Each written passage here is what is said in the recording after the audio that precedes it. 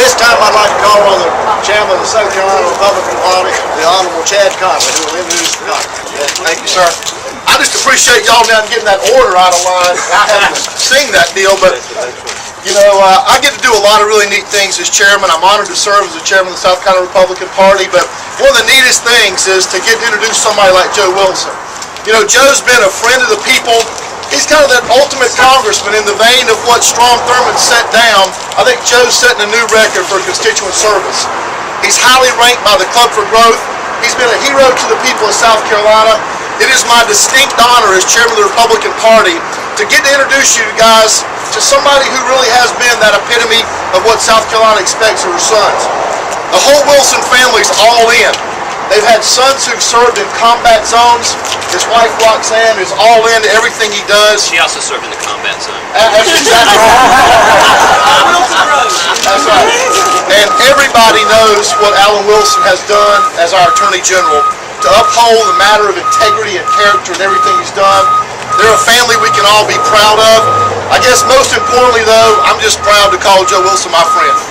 Y'all, the next congressman from the 2nd District, somebody who served with distinction and honor, I'm proud to introduce Joe Wilson. Thank you very much. And ladies and gentlemen, thank you for being here this morning. It began so well with Carol McGee, and he did make me look good in Washington when he was up there, Matt. You wouldn't have believed it. And so, and people were really surprised that I would associate with somebody of such stature. So this is good. And then Dr. Richard Conan, isn't it amazing? He really does not need a microphone. And I'm just so grateful for Lyman Whitehead, the chairman of our campaign. Lyman is always there on behalf of our community, county, state. So Lyman, thank you so much for your service. And then I'm so grateful too for Chairman Conley to be here. He has a great responsibility. Many of us have lived the revolution, the Republican-Reagan revolution, and now with the Republican majority at every level, it's a great responsibility. It used to be that we could, from the sidelines, just make comments. No, he can now make a difference. So, Chad, thank you for making a difference. We appreciate it. And obviously, I could not serve without the support, encouragement from Roxanne. So I'm so grateful that she has come through combat to be here today.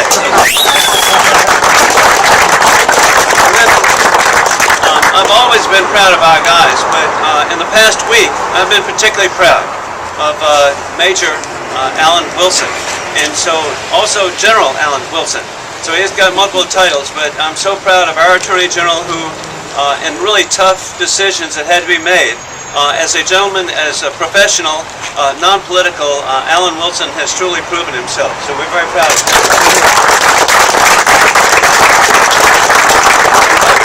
And Alan's an inspiration for me right now. He's lost so much weight. And so I could hardly see him. And then I'm very proud of Captain Julian Wilson. He too is a model of losing weight. And the big news is that he and Joy are expecting a princess arriving July 1. So we're very proud.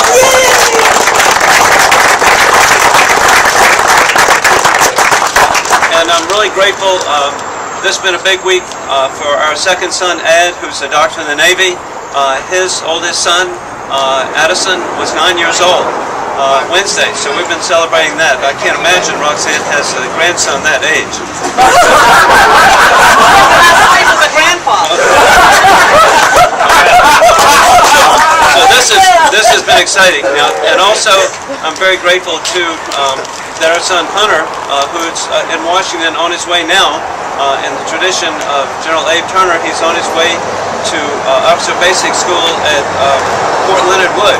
So Second Lieutenant Wilson is doing good, and I appreciate that he received his bars from our Adjutant General Bob Livingston, and Barbara's here today. So thank you for representing the National Guard.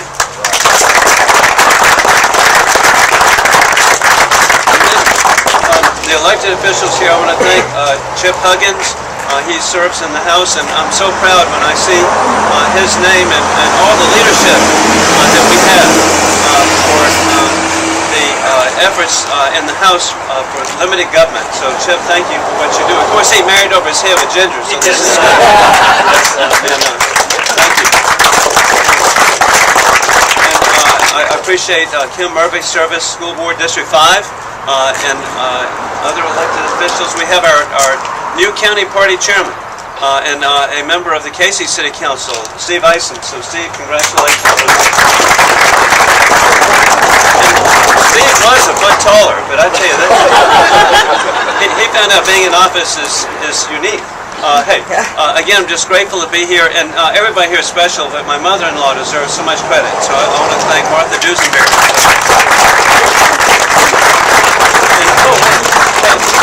And y'all, and Ian Moore, and here comes Jack Wilson. Enjoy. So, y'all come up front, please.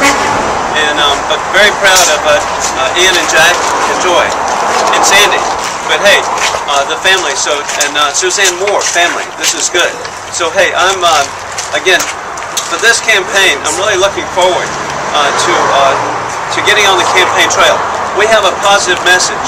We have a positive message on the issue that is just crucial to the district I represent. It's jobs, and it's really sad to me as I see the unemployment numbers and they identify people no longer looking for work.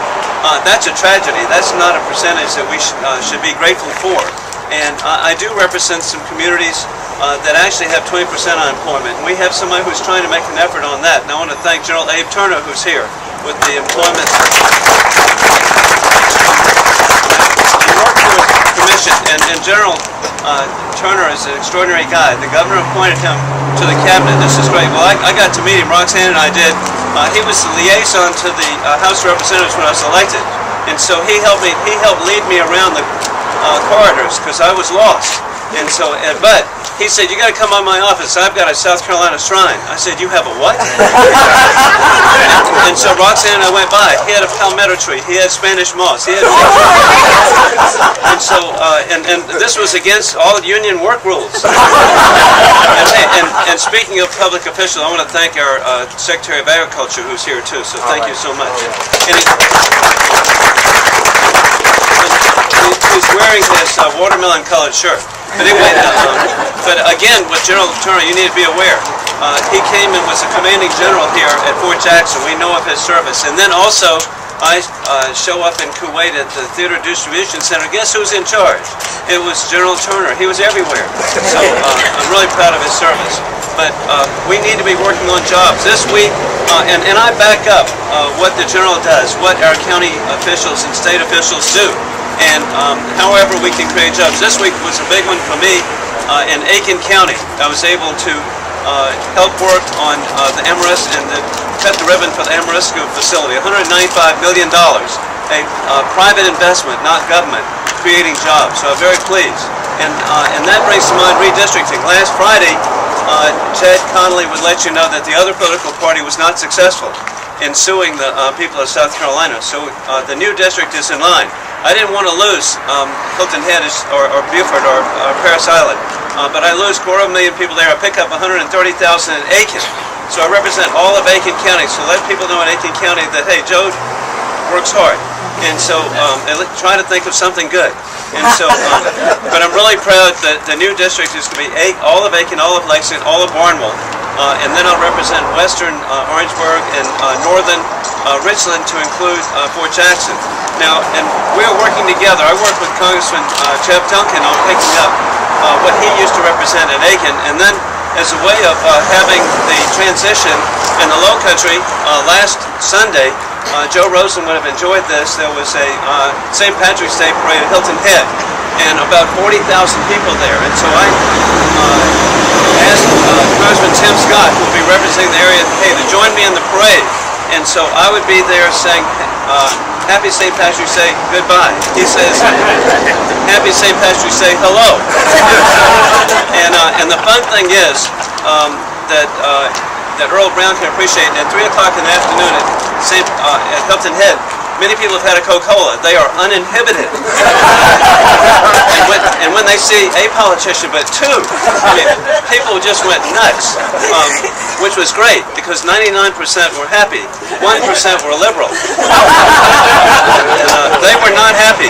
But hey, we're in transition, so I'm excited about the district. So it's jobs.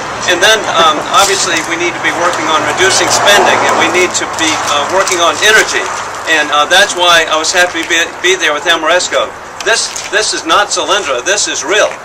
This is where you actually have the potential of using wood chips to create energy. And so we're for all the above energy. And then I've been working, of course, to promote the Keystone Pipeline. That's jobs in South Carolina, in Lexington. You should be so proud. This is Alberta, Canada. I went up there, and the tires that are used in Canada are made in Lexington, South Carolina. 500 people. And MTU in Graniteville makes the engines. And so it's really sad the president indicates these are temporary jobs. No, these are permanent jobs. And these are nice tires. Actually, so nice, they cost $60,000 each. So we want them to buy more. And so, and that's jobs for us. And finally, the military. Particularly to have so many Guard people here have our understanding. We could not be here today if it weren't for the military. Chairman Corbett knows that. And so, Jim, thank you for being here from Richland County. But what's happened is that this administration has declared war on the military.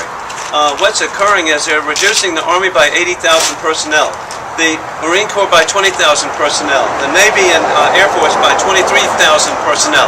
I asked members of the administration, because they said, oh, we all need to cut. I said, well, hey, by the way, is there any other department where personnel are being reduced? No. This is shocking.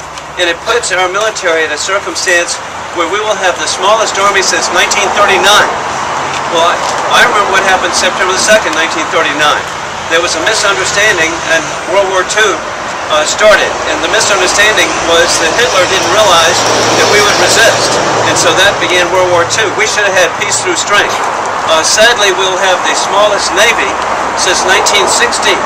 And we'll have the smallest Air Force since the Air Force was created in 1947.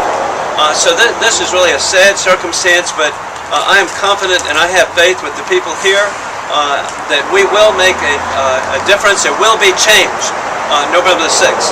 And we can reverse course and create peace through strength. We are creating a circumstance, the final on this is we have determined enemy.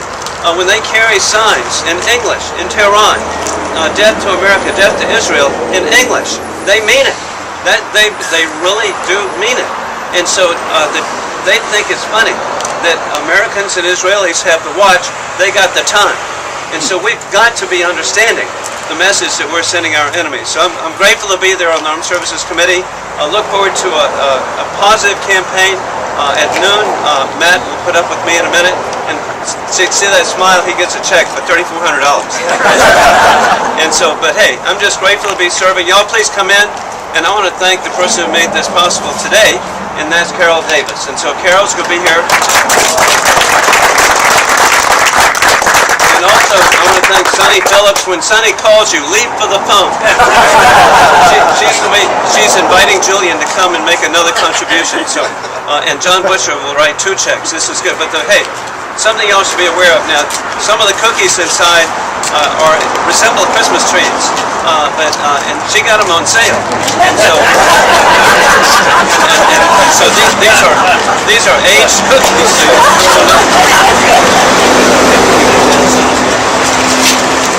Whoops. It's not sharp. Hey, come in a little bit closer to that. Go ahead, guys.